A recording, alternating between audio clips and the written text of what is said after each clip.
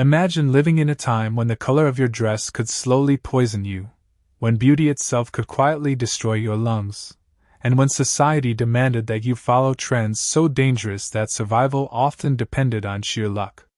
The Victorian era is often remembered as a time of elegance, refinement, and dazzling progress.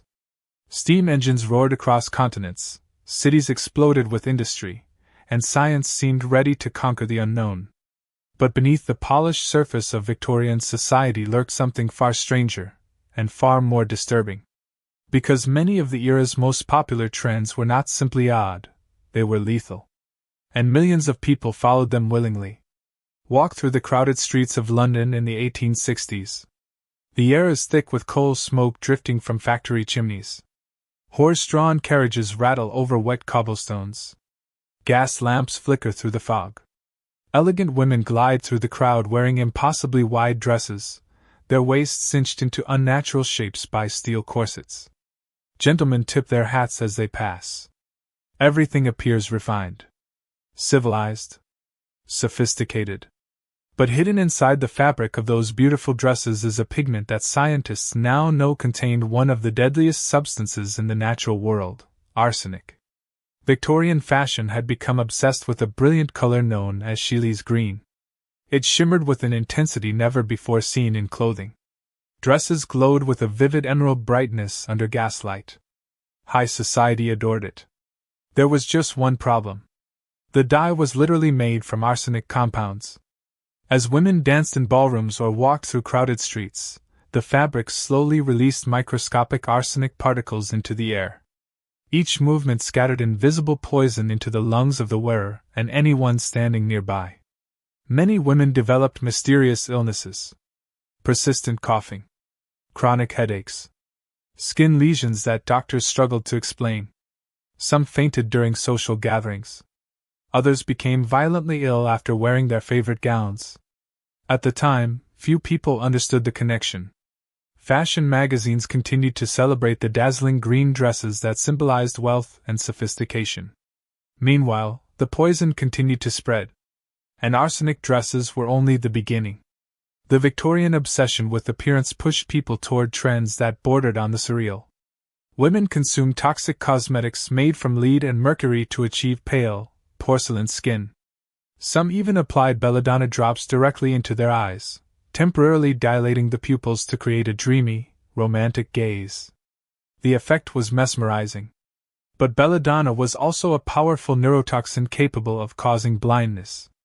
Meanwhile, men chased their own deadly trend: elaborate facial hair maintained with chemical tonics containing substances that modern medicine would classify as dangerously toxic. Yet despite the risks, society kept embracing these bizarre practices. Because in Victorian culture, status and beauty were currencies as powerful as money. And abandoning a fashionable trend, even a dangerous one, could mean social invisibility. But the strangest truth of all is this: these trends didn't emerge from ignorance alone. Many scientists and doctors of the time had already begun noticing something deeply wrong. The question that haunted them was unsettling. Why were people willingly surrounding themselves with poison? By the mid-19th century, the Victorian world stood on the edge of two revolutions at once. One was industrial. Factories were transforming raw minerals into dyes, cosmetics, medicines, and household goods faster than any civilization before it. The other was scientific. Chemistry was unlocking the hidden structure of matter itself. But these revolutions did not grow together in harmony. Industry raced forward with profit and speed, while science struggled to catch up with understanding. And in that dangerous gap between invention and knowledge, entire populations unknowingly turned their bodies into laboratories of exposure. Take the arsenic dress craze. The dye responsible, Sheely's green, had first been developed in the late 1700s by Swedish chemist Carl Wilhelm Scheele. It produced a vibrant color that previous natural dyes could never match. When industrial textile production exploded during the Victorian era, manufacturers quickly realized the commercial potential of this extraordinary pigment. Soon, the color appeared everywhere: dresses, artificial flowers, wallpapers, children's toys, even pastries. But arsenic compounds are unstable. In humid environments, the pigment could slowly break down, releasing microscopic particles and even toxic gases. Imagine entire rooms covered in green wallpapers slowly leaking arsenic into the air as families slept inside them. In some Victorian homes, investigators later discovered arsenic concentrations high enough to cause chronic poisoning over time. Doctors began noticing strange patterns. Patients complained of nausea, fatigue, nerve pain, and respiratory illness without clear causes. Some cases were severe enough to resemble deliberate poisoning. Yet these individuals had not been exposed to murder plots. They had simply been living inside fashionable homes or wearing popular clothing. Gradually, researchers started connecting the symptoms to arsenic pigments. Medical journals published warnings. A few newspapers raised alarms. But the economic machine behind these products was enormous. Textile factories, chemical manufacturers, and retailers were all profiting from the color that society adored. The result was a strange cultural paradox. Evidence of danger was growing, yet the demand for the products kept increasing. The same pattern appeared in cosmetics. Victorian beauty standards demanded pale, luminous skin. To achieve this, many products contained white lead or mercury compounds designed to lighten the complexion. These chemicals worked, at least temporarily. But long-term use often led to devastating consequences. Mercury could damage the nervous system, causing tremors, memory loss, and mood disorders. Lead accumulated slowly in bones and organs, poisoning the body over time.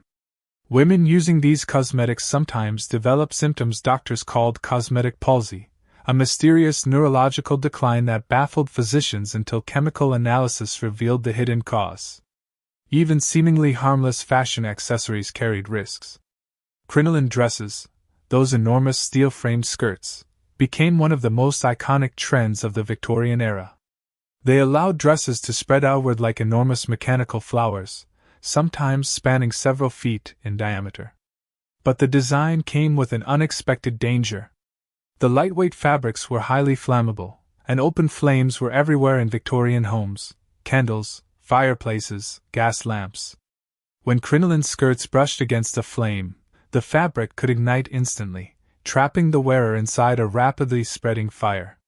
Historical records suggest that thousands of women died in such accidents. Yet despite these tragedies, the trends persisted. Because the Victorian era had created something new in human history: mass consumer culture. Fashion was no longer only about clothing, it was about identity, status, and belonging. And that cultural force would soon reveal something even more disturbing. People weren't just victims of these trends. In many cases, they were actively defending them. What makes the Victorian story so unsettling is not just the danger of the trends themselves, but the human behavior surrounding them. By the late 1800s, evidence linking arsenic pigments, toxic cosmetics, and deadly fashion accessories to illness and death was becoming harder to ignore. Medical investigators published reports. Public health advocates began raising alarms. Some scientists even demonstrated how arsenic pigments could release poisonous vapors in damp environments. Yet despite these warnings, many manufacturers and consumers refused to accept the truth. In newspapers and fashion magazines, critics of arsenic dyes were often mocked as alarmists. After all, these products had become symbols of modern life: bright, beautiful, and widely available. To admit they were dangerous would mean confronting a far more disturbing reality: that progress itself might carry hidden costs. And so society continued forward. Victorians filled their homes with vividly colored wallpaper.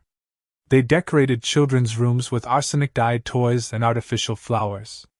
Women wore brilliant green gowns to balls and dinner parties, unaware that each movement might release another invisible cloud of poison. In some cases, entire families developed mysterious illnesses linked not to food or water, but to the very walls surrounding them. Investigators later discovered that damp conditions allowed molds to grow on arsenic pigments, converting them into toxic gases such as arsine. These invisible fumes could accumulate silently inside closed rooms. The result was a slow poisoning that unfolded over months or years, so gradual that victims rarely suspected their own homes. But the implications stretch far beyond Victorian history.